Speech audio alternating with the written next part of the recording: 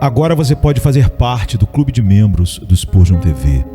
Esses são e-books já disponibilizados para os membros do canal. Todos os dias, novos e-books são adicionados junto com outros benefícios que só os membros têm. Sendo um membro, você passa a ajudar no crescimento desse ministério, tanto na quantidade do que podemos publicar, como na qualidade do material. Nosso propósito é, juntos, atingirmos o maior número de pessoas com solo escritura. Seja um membro do Spurgeon TV. Como o Espírito Santo age na mente. Sermão 315, pregado na manhã de domingo, 13 de maio de 1860, por Charles Haddon Spurgeon, no Exeter Hall, Strand, Londres, Inglaterra. Mas o Consolador, o Espírito Santo, a quem o Pai enviará em meu nome, esse vos ensinará todas as coisas e vos fará lembrar de tudo o que vos tenho dito. João 14, 26. Muitos dons excelentes fazem parte da aliança da graça, mas os mais ricos e mais importantes são estes: o dom de Jesus por nós e o dom do Espírito para nós. O primeiro, não creio que seja subestimado. Sentimos prazer ao ouvir sobre o dom inefável do Filho de Deus, que carregou sobre o madeiro os nossos pecados, tomou as nossas dores e sofreu em seu próprio corpo o castigo que era nosso, como está em 1 Pedro 12, 24. Existe algo tão tangível na cruz, nos cravos, no vinagre, na lança, que não conseguimos nos esquecer do Mestre, principalmente quando nos reunimos ao redor da sua mesa e partimos o pão em sua memória. No entanto, o segundo dom, que de forma alguma é inferior ao primeiro, o dom do Espírito Santo, é tão espiritual e nós tão carnais, é tão misterioso e nós tão materiais, que somos capazes de nos esquecer do seu valor e, infelizmente, até mesmo do próprio dom. Contudo, meus irmãos, devemos nos lembrar de que Cristo na cruz não tem valor algum para nós, a menos que o Espírito Santo esteja em nós. Em vão flui o sangue se o dedo do Espírito não aplicá-lo em nossa consciência. Em vão são confeccionadas as vestes de justiça, vestes sem costura, tecidas do alto a baixo, se o Espírito não nos envolver com elas e nos adornar com suas pregas valiosas. O rio da água da vida não pode saciar a nossa sede até que o Espírito Santo exiba a sua taça e a leve aos nossos lábios. Todas as coisas que estão no paraíso de Deus em si mesmas não podem nos dar felicidade, pois somos almas mortas. E almas mortas seremos até que o vento celestial, vindo dos 4 cantos da terra, sopre sobre nós e nos dê vida. Não hesitamos em dizer que devemos tanto a Deus o Espírito quanto a Deus o Filho. Na verdade, seria um grande pecado e falta de respeito tentar colocar uma pessoa da divina Trindade na frente da outra. Tu, ó Pai, és a fonte de toda a graça, de todo o amor e de toda a misericórdia para conosco.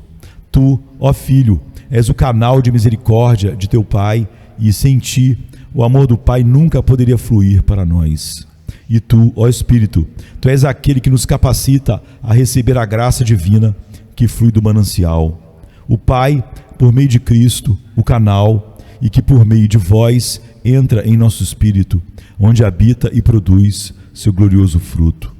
Engrandecei, pois, o Espírito, vós que sois coparticipantes da graça divina. Louve, exalte e ame o seu nome para sempre, pois isso é digno.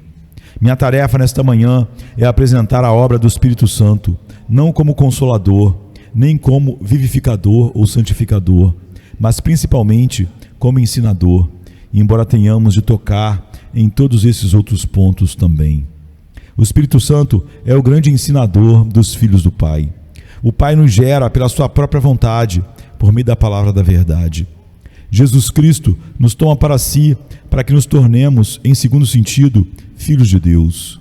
E então, Deus, o Espírito Santo, sopra em nós o Espírito de adoção, baseados no qual clamamos Abba Pai, como está em Romanos 8,15.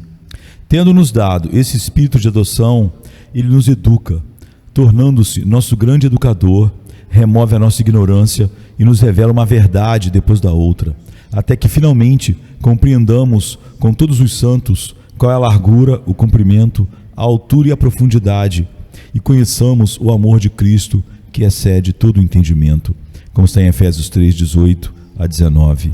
E assim, o Espírito apresenta aqueles que foram educados à Assembleia Universal e Igreja dos Primogênitos, arrolado nos céus, como está em Hebreus 12, 22 e 23.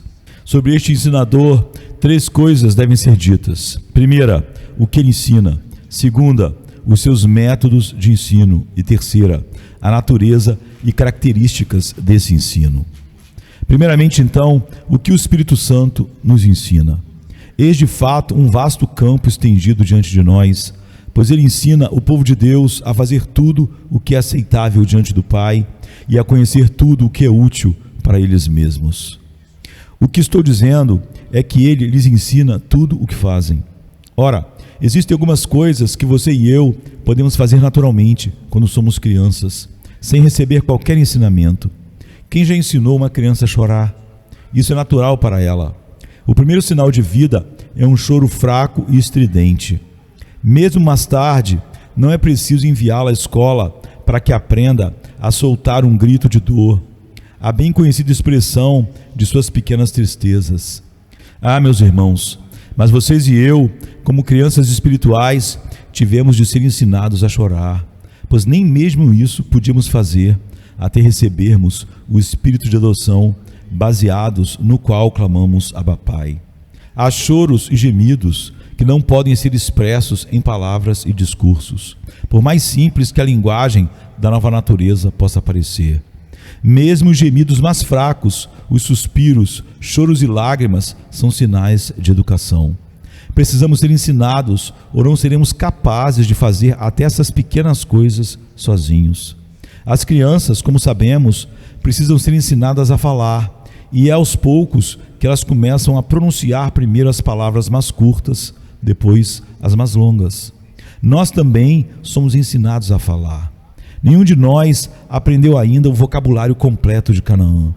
Creio que agora podemos dizer algumas palavras, mas não conseguiremos pronunciar todas elas até estarmos na terra, onde veremos a Cristo e seremos semelhantes a Ele, porque haveremos de vê-lo como Ele é, como está em 1 João 3,2. Os dizeres dos santos, quando são bons e verdadeiros, são ensinamentos do Espírito. Não lestes esta passagem? Ninguém pode dizer Jesus é o Senhor, senão pelo Espírito Santo. A pessoa pode dizer o que quiser, ela pode dizer a frase Jesus é o Senhor, mas em palavras mortas. Mas dizer verdadeiramente com a alma se deleitando no senhorio de Cristo, o homem natural não pode. O dizer do Espírito, as palavras da alma, ninguém pode pronunciar, a não ser que lhe seja ensinado pelo Espírito Santo. Nossas primeiras palavras como cristãos, ó Deus, sê propício a mim, pecador, nos foram ensinadas soberanamente pelo Espírito Santo. Ele nos deu vida, fé e visão da nossa miséria antes disso, pois estávamos mortos em delitos e pecados. E o cântico que entoaremos diante do trono, aquele que nos ama e pelo seu sangue nos libertou dos nossos pecados e nos constituiu reino, sacerdotes para o seu Deus e Pai, a Ele a glória e o domínio pelos séculos dos séculos, será apenas o fruto maduro da mesma árvore do conhecimento do bem e do mal que o Espírito Santo plantou no solo do nosso coração. Além disso, assim como o Espírito Santo nos ensina a chorar e nos ensina a falar, ele também ensina o povo de Deus a andar e a agir. Não compete ao homem dirigir os seus passos. Jeremias 10, 23. Podemos ter o maior cuidado com a nossa vida, mas cedo ou tarde iremos tropeçar ou nos desviar, a menos que aquele que nos colocou no caminho nos guie por ele. Todavia, eu ensinei a andar a Efraim, tomei-os nos meus braços. Oséias 11, 3.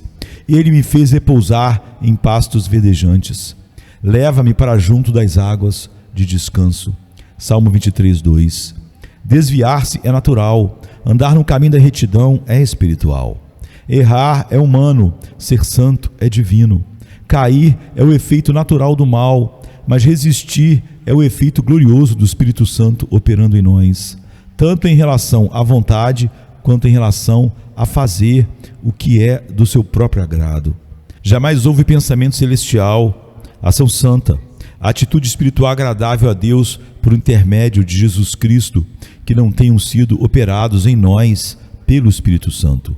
Pois somos feitura dele, criados em Cristo Jesus para boas obras, as quais Deus de antemão preparou para que andássemos nelas. Efésios 2:10. Ora, assim como as pequenas coisas, o choro, a fala, o andar e o agir, são ensinamentos do Espírito Santo, os maiores também são. A pregação do Evangelho, quando é feita corretamente, só pode ser realizada pelo poder do Espírito. O sermão feito com base na genialidade humana é inútil. A prédica proveniente do conhecimento do homem, na qual não há nada além da força da lógica ou da oratória, é perda de tempo. Deus não opera por tais meios. Ele não purifica o espírito com água de cisternas rotas, nem salva almas com pensamentos procedentes da mente humana, sem influência divina. Podemos ter todo o conhecimento dos filósofos gregos, ou melhor, todo o conhecimento dos 12 apóstolos juntos, ou ter a língua dos serafins e os olhos e coração de um Salvador. No entanto, sem o Espírito do Deus vivo, nossa pregação ainda seria vã, e tanto nossos ouvintes quanto nós mesmos continuaríamos mergulhados em nossos pecados. Pregar corretamente só pode ser realizado pela operação do Espírito Santo. Talvez haja uma coisa chamada pregação proveniente do esforço humano, mas os ministros de Deus são ensinados pelo Santo. E quando a sua palavra é abençoada, seja para o santo ou para o pecador, a bênção não vem deles, mas do Espírito Santo. E a ele seja toda a glória, pois não sois vós que falais, mas o Espírito do vosso Pai que está em vós. O mesmo se dá com os cânticos sagrados, de quem são as asas em que subo aos céus em santa alegria e harmonia. São tuas, ó pombo divino. De quem é o fogo que inflama o meu espírito em tempos de santa consagração? Tua é a chama, ó Espírito flamejante. Tua. De quem era a língua de fogo que repousou sobre os apóstolos? Tua, ó Santo de Israel. De quem é o orvalho que cai sobre a erva seca e a enche de graça e vigor? São tuas as gotas sagradas, orvalho de Deus. Tu és a aurora de onde procedem todos os santos ornamentos, como está no Salmo 110:3. Tu trabalhas em nós e só tu mereces toda a nossa gratidão. Portanto, todas as ações dos cristãos, tanto as pequenas como as grandes, são ensinamentos do Espírito Santo. Não há nada em nossa salvação que podemos atribuir a nós mesmos. Como Paulo disse, ele opera em nós o querer e o efetuar, segundo a sua boa vontade. E além disso, tudo o que o crente realmente sabe, tudo o que é útil para ele, é ensinado pelo Espírito Santo. Podemos aprender muito, moral e mentalmente, com a palavra de Deus. Porém, os filósofos cristãos entendem que há uma distinção entre alma e espírito, que a alma natural ou intelecto humano pode receber instrução suficiente da palavra de Deus, mas as coisas espirituais só podem ser discernidas espiritualmente, e até que este terceiro e mais sublime componente, o Espírito, seja infundido em nós na regeneração, não temos sequer a capacidade ou a possibilidade de conhecer as coisas espirituais. Ora, é sobre este terceiro e mais sublime componente que o apóstolo fala quando diz corpo, alma e espírito. Os filósofos da mente declaram que isso não existe, o espírito. Eles conseguem distinguir o corpo e a alma, mas não o espírito. E eles estão totalmente certos. Não existe essa coisa de espírito no homem natural. Esse componente, o espírito, é uma infusão do Espírito Santo na regeneração e não pode ser detectado pela filosofia da mente. É algo sutil demais, raro e celestial para ser descrito por homens como Douglas Stuart, Reid ou Brown, ou qualquer desses grandes homens que podem dissecar a mente humana, mas não conseguem compreender o espírito. Portanto, primeiro o Espírito de Deus nos dá um espírito, depois ele educa esse espírito, e tudo o que esse espírito sabe lhe é ensinado pelo Espírito Santo. Talvez a primeira coisa que aprendamos seja sobre o pecado. O Espírito reprova o pecado. Ninguém conhece a extensão da corrupção do pecado, a não ser pelo Espírito Santo. Você pode punir uma pessoa, falar-lhe da ira de Deus e do pecado, mas não pode fazê-la saber como o pecado é perverso e amargo, até que o Espírito Santo tenha ensinado a ela. Esta é uma lição realmente difícil de ser aprendida, e quando o Espírito nos faz sentar no banquinho do arrependimento e começa a infundir em nós essa grande verdade, que o pecado é uma maldição latente, que é o inferno em embrião, só então começamos a perceber essas coisas e clamamos: agora sei que sou um vil pecador, minha alma se aborrece no pó e nas cinzas. Ninguém, repito, ninguém jamais conhecerá a perversão do pecado pela argumentação, pela punição, pela disciplina moral ou por qualquer outro meio que não seja a educação pelo Espírito Santo. Esta é uma verdade que está fora do alcance do intelecto humano conhecer. Somente o Espírito enxertado e concedido pelo Espírito Santo, somente esse Espírito pode aprender a lição, e só o Espírito Santo pode ensiná-la. A próxima lição ensinada pelo Espírito é a nossa completa ruína, depravação e impotência. Os homens acham que esse é um conhecimento natural, mas não é. Eles só podem repetir palavras, como papagaios.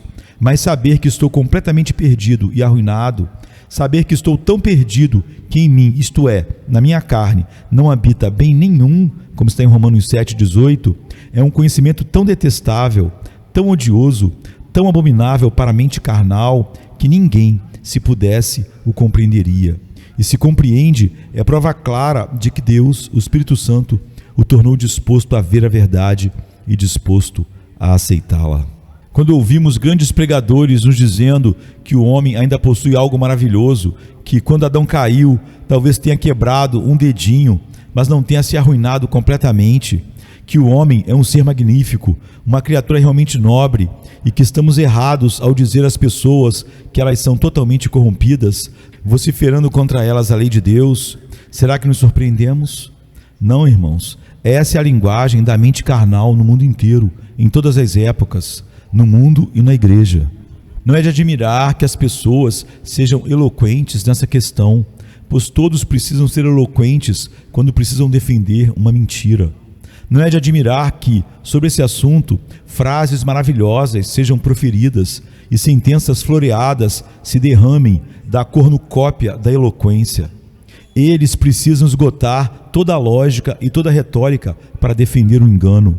E não é de admirar que o façam, pois o homem acha que é rico, cheio de bens, sem necessidade alguma, até que o Espírito Santo lhe ensine que ele é pobre, nu e miserável.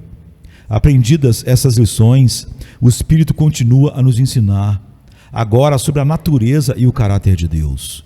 Deus pode ser ouvido em cada lufada de vento e visto em cada nuvem no céu, mas estas coisas não mostram tudo sobre Deus. Sua bondade e onipotência são claramente manifestadas a nós pelas obras da criação, mas onde aprendemos sobre a sua graça, sobre a sua misericórdia e sobre a sua justiça? Estas são linhas que não podemos ler na criação. Na verdade, é preciso ter ouvidos que sejam capazes de ouvir as notas da misericórdia ou o sussurro da graça no vendaval noturno. Não, meus irmãos, estas partes dos atributos de Deus são reveladas a nós somente no livro precioso, e são reveladas de tal forma que não podemos conhecê-las até que o Espírito abra nossos olhos para compreendê-las. Conhecer a inflexibilidade da justiça divina e ver como Deus pune todos os mínimos detalhes do pecado, e ainda saber que essa plena justiça não obscurece a sua igualmente plena misericórdia, mas que as duas circulam uma ao redor da outra, sem por um momento sequer se cruzar ou entrar em conflito ou lançar a mais leve sombra sobre a outra. Compreender como Deus é, ao mesmo tempo, justo e justificador do pecado, e assim saber que meu espírito ama sua natureza, aprecia seus atributos e deseja ser como ele, este é um conhecimento que a astronomia não pode ensinar, que todas as pesquisas científicas nunca poderão nos dar. Precisamos ser ensinados por Deus para aprendermos sobre ele. Precisamos ser ensinados por Deus, o Espírito Santo. Que possamos aprender bem essa lição, que sejamos capazes de cantar a sua fidelidade, a sua aliança de amor, a sua imutabilidade, a sua misericórdia abundante, a sua justiça inflexível, que sejamos capazes de falar uns aos outros sobre aquele que é incompreensível, que sejamos capazes de compreendê-lo como alguém compreende um amigo, e que andemos com ele como andou Enoque todos os dias da sua vida. Essa, de fato, precisa ser a educação dada pelo Espírito Santo. Mas para não prolongar mais estes pontos, embora possam gerar muitas ideias, observemos que, de forma especial, o Espírito Santo nos ensina sobre Jesus Cristo. É o Espírito Santo que manifesta a nós a glória da pessoa do Salvador. É Ele quem nos revela o complexo caráter de sua humanidade e da sua deidade. É Ele quem nos fala sobre o amor de seu coração, do poder do seu braço, da pureza dos seus olhos, da preciosidade do seu sangue e da força da sua argumentação em nosso favor. Saber que Cristo é o meu Redentor é saber muito mais do que Platão poderia ter me ensinado. Saber que sou membro do seu corpo, de sua carne e dos seus ossos, que meu nome está no seu peito e gravado na palma das suas mãos, é saber muito mais do que as universidades de Oxford e Cambridge poderiam ensinar a todos os seus acadêmicos, e que eles jamais poderiam aprender tão bem. Nem aos pés de Gamaliel, Paulo aprendeu a dizer: vivo pela fé no Filho de Deus, que me amou e a si mesmo se entregou por mim. Gálatas 2:20. Nem em meio aos rabinos ou aos pés dos membros do Sinédrio ele aprendeu a proclamar: mas o que para mim era lucro, isso considerei perda por causa de Cristo, como está em Filipenses 3:7. E longe esteja de mim gloriar-me, senão na cruz do nosso Senhor Jesus Cristo, como está em Gálatas 6:14. Não, isso precisou ser ensinado, como ele mesmo diz, não pela carne, não pelo sangue, mas pelo Espírito Santo. Preciso dizer também que é o Espírito quem nos ensina sobre a nossa adoção. Na verdade, todos os privilégios da nova aliança, começando pela regeneração, passando pela redenção, perdão, justificação, santificação, adoração, preservação, segurança eterna, até a majestosa entrada no reino de nosso Senhor e Salvador Jesus Cristo, tudo isso é ensinamento do Espírito Santo, especialmente o último elemento, pois nem olhos viram, nem ouvidos ouviram, nem jamais penetrou em coração humano o que Deus tem preparado para aqueles que o amam. Mas Deus nos revelou pelo Espírito, porque o Espírito a todas as coisas perscruta, até mesmo as profundezas de Deus. 1 Coríntios 2, 9 e 10. Ele nos conduz às alegrias vindouras, eleva nosso espírito e nos dá, como diz o hino, aquela calma interior dentro do peito, a plena garantia do descanso perfeito, o qual para a igreja de Deus perdura o fim das dores e de toda amargura.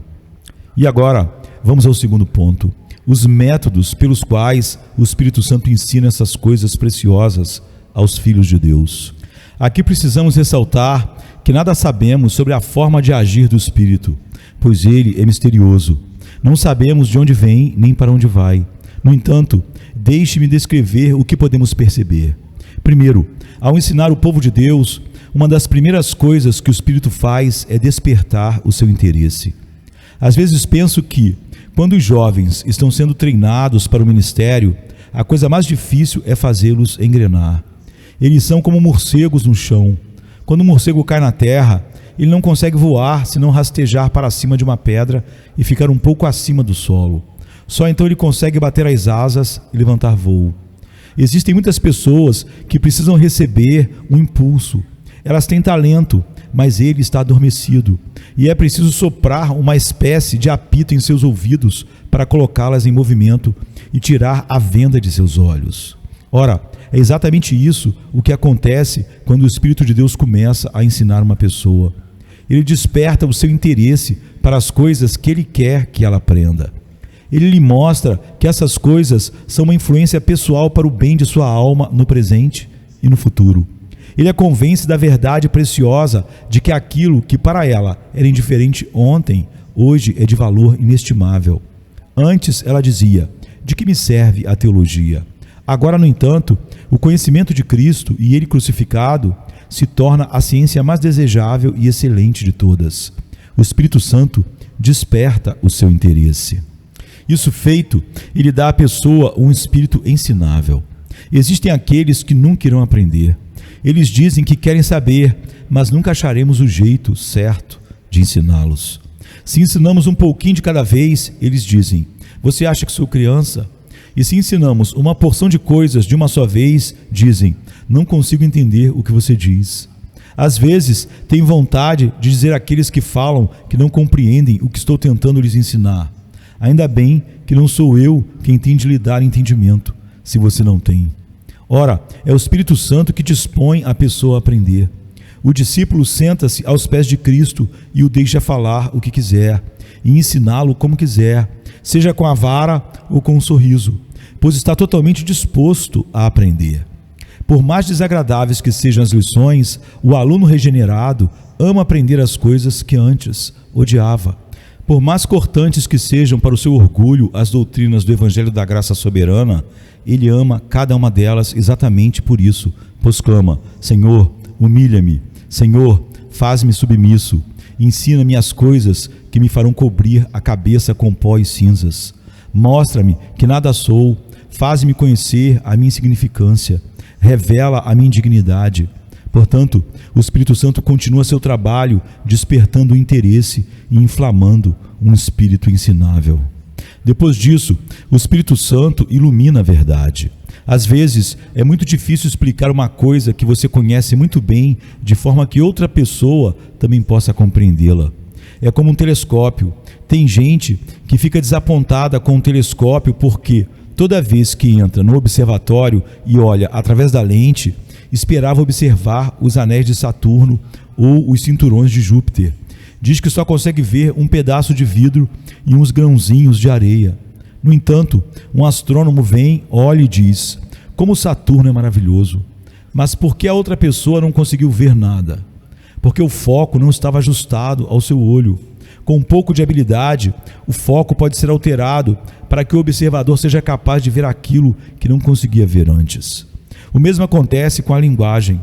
Ela é uma espécie de telescópio pelo qual podemos fazer outras pessoas conhecerem nossos pensamentos, mas nem sempre podemos ajustar o foco para elas.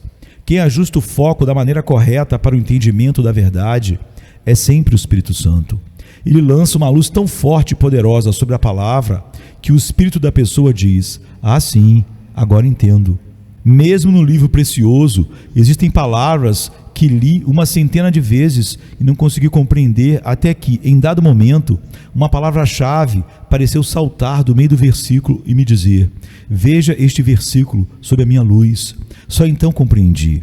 Nem sempre pela palavra do próprio versículo, mas pelo seu contexto. Compreendi o significado que antes não conseguia ver. Isso igualmente é parte da instrução do Espírito, lançar luz sobre a verdade. Mas o Espírito Santo não ilumina somente a verdade, ilumina também o entendimento. É maravilhoso ainda como ele ensina pessoas que parecem não ter capacidade alguma para aprender.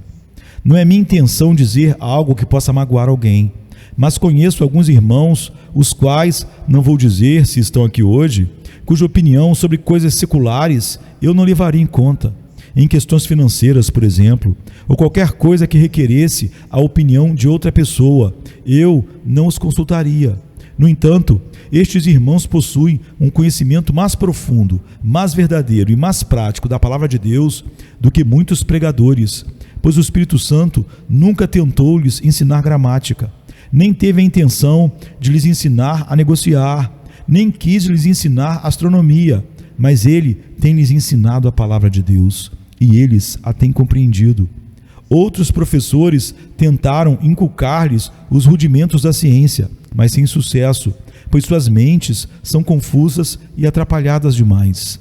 O Espírito Santo, no entanto, tem lhes ensinado a palavra de Deus, e ela é clara o suficiente para eles. Tenho contato direto com alguns jovens. Quando temos aulas com ilustrações provenientes do conhecimento científico, todos eles parecem compenetrados. Mas, no momento em que faço alguma pergunta para ver se realmente compreenderam o assunto, eles ficam perdidos. Contudo, quando abordamos o capítulo de algum antigo livro dos puritanos que tratam de teologia, esses irmãos nos dão as respostas mais brilhantes e inteligentes de toda a classe. Quando discutimos questões hipotéticas e controversas, descubro que eles são capazes de derrubar seus adversários e vencê-los de um só golpe, pois têm profundo conhecimento da palavra de Deus. O Espírito lhes ensina as coisas de Cristo, nada mais. Percebo também que quando o Espírito amplia o entendimento sobre a verdade bíblica, esse entendimento se torna mais capaz de compreender outras verdades. Há algum tempo, ouvi de um irmão ministro, enquanto fazíamos a comparação de algumas notas, a história de um homem que era um perfeito pateta. Ele era pouco mais que um imbecil, mas quando foi convertido a Deus, uma das primeiras coisas que quis fazer foi ler a Bíblia. Era muito difícil ensinar-lhe um versículo, mas ele queria aprender e queria entender. Ele se esforçava ao máximo até conseguir ler. No princípio era o Verbo, e o Verbo estava com Deus, e o Verbo era Deus. Depois começaram a lhe pedir para orar. No início, ele mal conseguia formular uma frase, mas aos poucos foi atingindo um considerável grau de fluência, pois ele queria orar. Nas reuniões de oração, dizia, ele não queria ficar calado, sem dizer nada a seu mestre. Ele começou a ler cada vez mais sua Bíblia e a orar com grande proveito e aceitação daqueles que o ouviam. E não muito tempo depois, já falava nos vilarejos e acabou por se tornar um bom e honrado pastor de uma das nossas igrejas. Se logo no início o Espírito de Deus não tivesse ampliado o seu entendimento para receber a verdade do Evangelho, esse entendimento teria ficado limitado, preso e bloqueado até hoje, e o homem poderia continuar um pateta até ir para o túmulo, ao passo que agora ele se levanta para dizer aos pecadores ao seu redor, em linguagem fervorosa, a história da cruz de Cristo. O Espírito nos ensina iluminando o nosso entendimento. A fim de não cansá-los, vou me apressar nos próximos pontos. O Espírito também nos ensina reavivando a nossa memória. O Espírito Santo vos fará lembrar de tudo o que vos tenho dito. João 15, 26. Ele coloca todos aqueles antigos tesouros no baú da nossa alma, e quando chega o tempo certo, ele o abre e revela cada joia preciosa na devida ordem, mostrando-as repetidamente a nós. Ele reaviva a nossa memória, e quando isso é feito, ele nos ensina a palavra da maneira mais excelente, fazendo-nos sentir o seu efeito, o que, no final das contas, é a melhor forma de aprender. Você pode tentar ensinar a uma criança o significado da palavra doçura, mas as palavras não ajudarão muito. No entanto, se você lhe der um doce, ela nunca se esquecerá do significado. Você pode tentar lhe falar sobre as montanhas magníficas e sobre os Alpes, cujos picos recobertos de neve atingem as nuvens como embaixadores vestidos de branco nas cortes do céu. Mas leve até lá, deixe que ela os veja, e ela jamais se esquecerá deles. Você pode tentar retratar-lhe a grandeza do continente americano, com seus montes e lagos e rios, tais como o mundo nunca viu, mas leve-a até lá e deixe que ela veja tudo com seus próprios olhos, e ela conhecerá mais sobre aquele lugar do que poderia conhecer com todo o ensino recebido em casa. O Espírito Santo, da mesma forma, não apenas nos fala sobre o amor de Cristo, ele o irradia em nosso coração. Ele não apenas nos fala sobre a doçura do perdão, ele também nos dá um senso de nenhuma condenação, e assim aprendemos muito melhor do que se fôssemos ensinados por palavras e ideias. Ele nos leva à sala do banquete e agita sobre nós o seu estandarte de amor, como está em Cantares 2:4. Ele nos convida a visitar o Jardim das Nogueiras, como está em Cantares 6:11, e nos faz deitar entre os lírios. Ele nos dá aquele ramalhete de flores de rena, o nosso próprio amado, e nos pede para colocá-lo em nosso seio durante a noite. Ele nos leva à cruz de Cristo e nos pede para colocar o dedo no lugar dos cravos e a mão no seu lado, e nos diz: não sejais incrédulos, mas crentes. E assim, da forma mais sublime e eficaz, ele nos ensina para o nosso próprio bem. E agora chegamos ao meu terceiro ponto. Embora eu sinta como se desejasse que meu assunto fosse um pouco menos abrangente. Na verdade, este é um problema que nem sempre acontece, ter muito e não pouco para falar. Mas quando chegamos a um tópico onde Deus deve ser glorificado, aí nossa língua deve realmente ser como a pena de um escritor disposto, quando falamos sobre as coisas concernentes ao rei.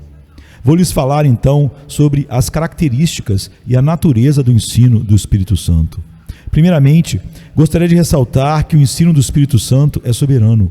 Ele ensina a quem quer.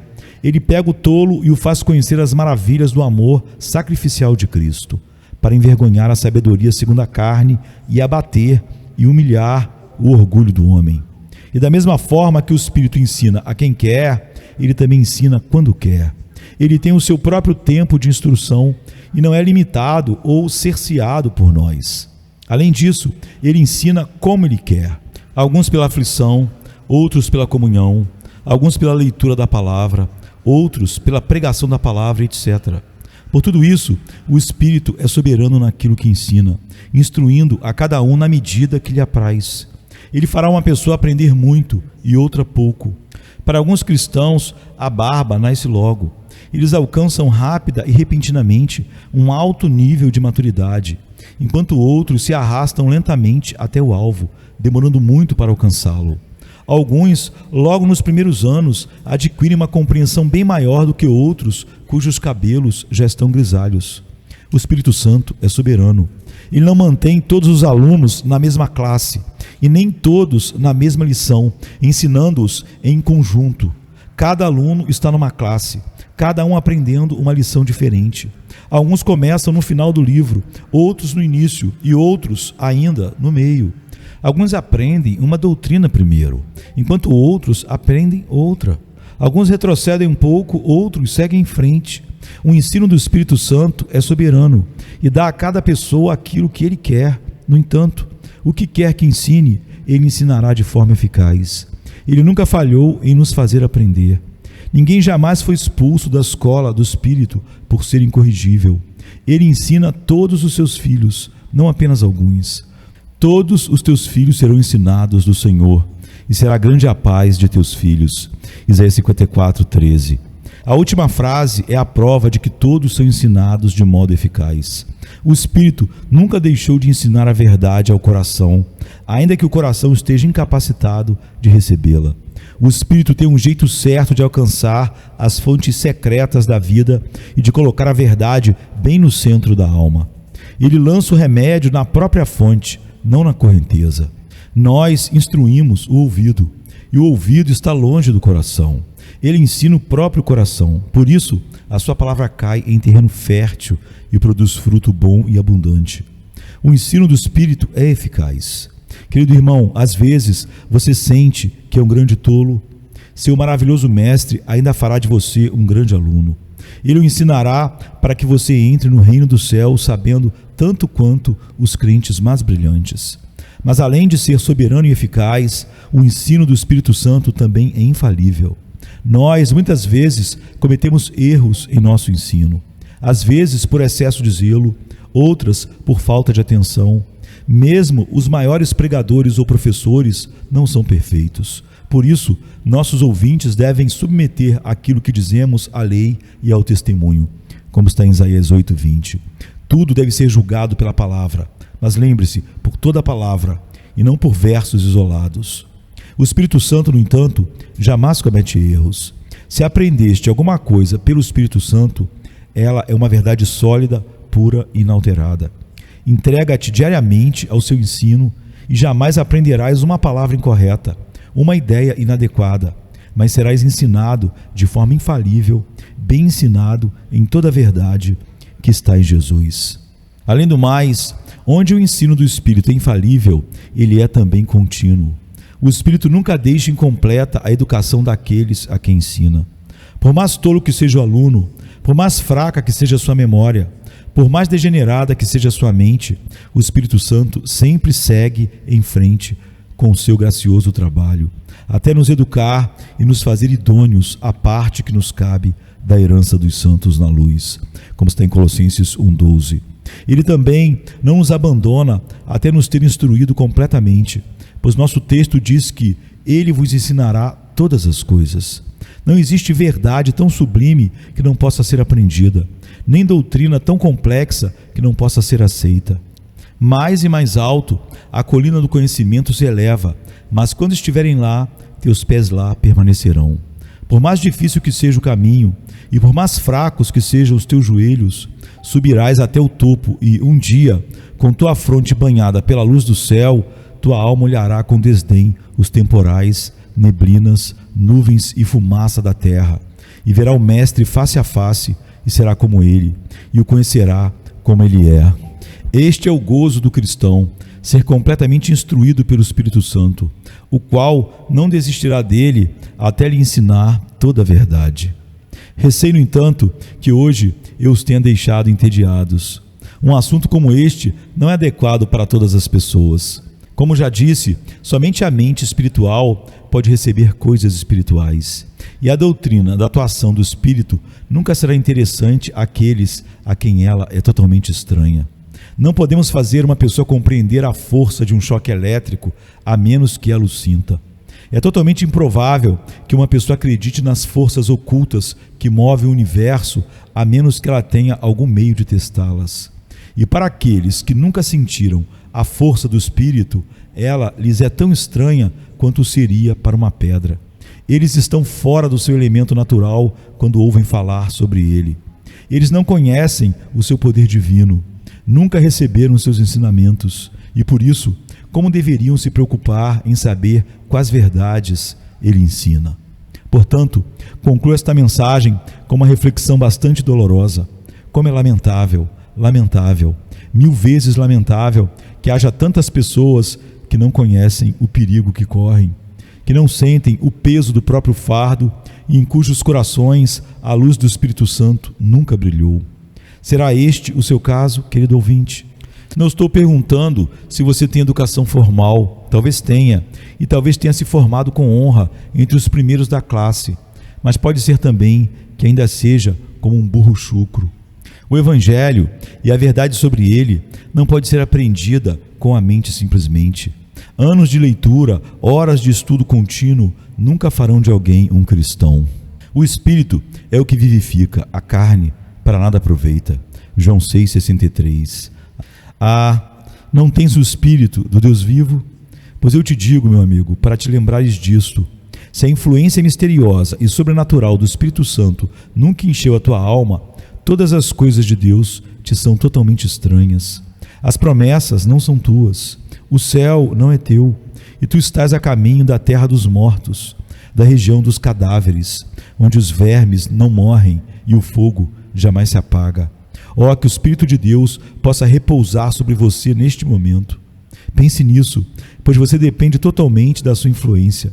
Você está nas mãos de Deus para ser salvo ou perdido. Você não está em suas próprias mãos, mas nas dele. Você está morto em seus pecados, e a menos que ele o vivifique, você continuará assim. Você está à mercê de Deus da mesma forma que uma traça entre os seus dedos. Basta que ele o deixe como está, e você estará perdido. Mas quando a misericórdia fala e diz que ele viva, você é salvo. Gostaria que você pudesse sentir o peso dessa tremenda doutrina da soberania de Deus. É como um martelo de Thor que pode sacudir o seu coração, por mais duro que ele seja, e fazer a rocha da sua alma tremer na base.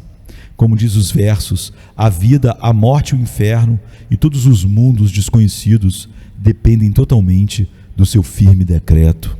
Neste momento, seu destino está por um fio. Você vai se rebelar contra o Deus em cujas mãos repousa o destino eterno da sua alma? Vai levantar o débil punho da sua rebelião contra aquele que é o único que pode vivificá-lo, sem cuja força graciosa você está morto e deve ser destruído? Vai pecar contra a luz e contra o conhecimento? Vai rejeitar a misericórdia que é proclamada em Jesus Cristo? Se assim for, nenhum tolo jamais foi tão louco quanto você, rejeitando aquele sem o qual você está morto, perdido e arruinado. Que em vez disso, haja o sussurro divino do Espírito dizendo: obedeça o mandamento divino, creia em Cristo e viva. Ouça a voz de Yahvé que clama: o mandamento é este, creia naquele que foi enviado, Jesus Cristo. E assim, obediente, Deus diz consigo mesmo: porque a mim se apegou com amor, eu o livrarei. Pô-lo-ei a salvo, porque conhece o meu nome. E você viverá para cantar no céu a soberania que, quando sua alma tremeu na balança, decidiu pela sua salvação e lhe deu luz e alegria indizível. Jesus Cristo, Filho de Deus, morreu na cruz do Calvário, e todo aquele que nele crê será salvo. Para vós outros, portanto, os que credes, é a preciosidade, mas para os descrentes, a pedra que os construtores rejeitaram, essa veio a ser a principal pedra angular. 1 Pedro 2,7. Creia no testemunho da verdade, abaixe suas armas, renda-se à soberania do Espírito Santo e, com certeza, ele vai lhe mostrar que, na sua própria rendição, ele prova que já o amava, pois foi ele quem o fez se render. Foi ele quem o tornou disposto a se curvar diante dele no dia do seu poder. Que o Espírito Santo agora abençoe a palavra que lhes falei, por amor do Senhor Jesus. Amém, queridos.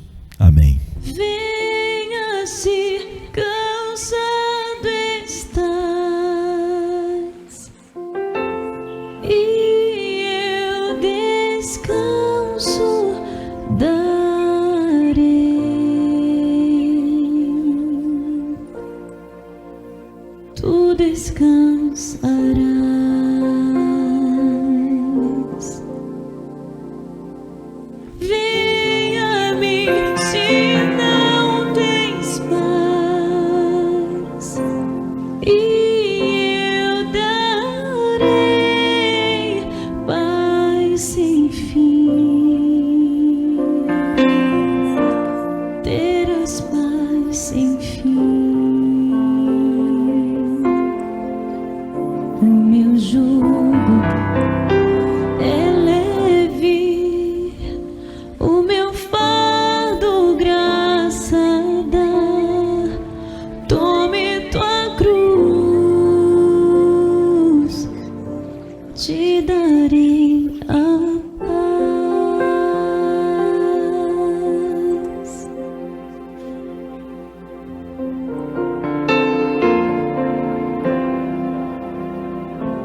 Venha o aflito e lhe darei paz, minha paz darei.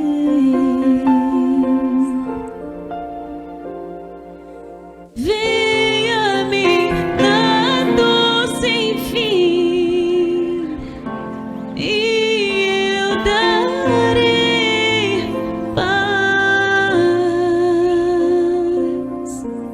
darei minha paz. Acalmar tuas águas e falar ao coração. Tome meu fardo,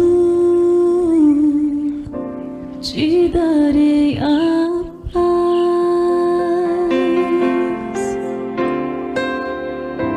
Venha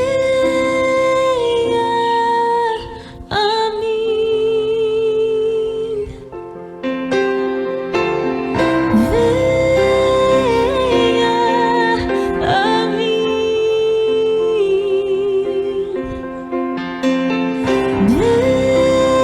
venha a mim.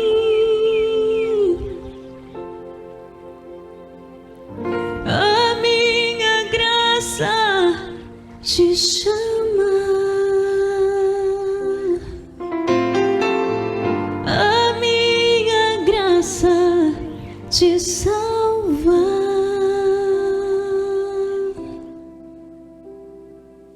Venha a mim se triste estás, minha alegria terás, alegria e paz.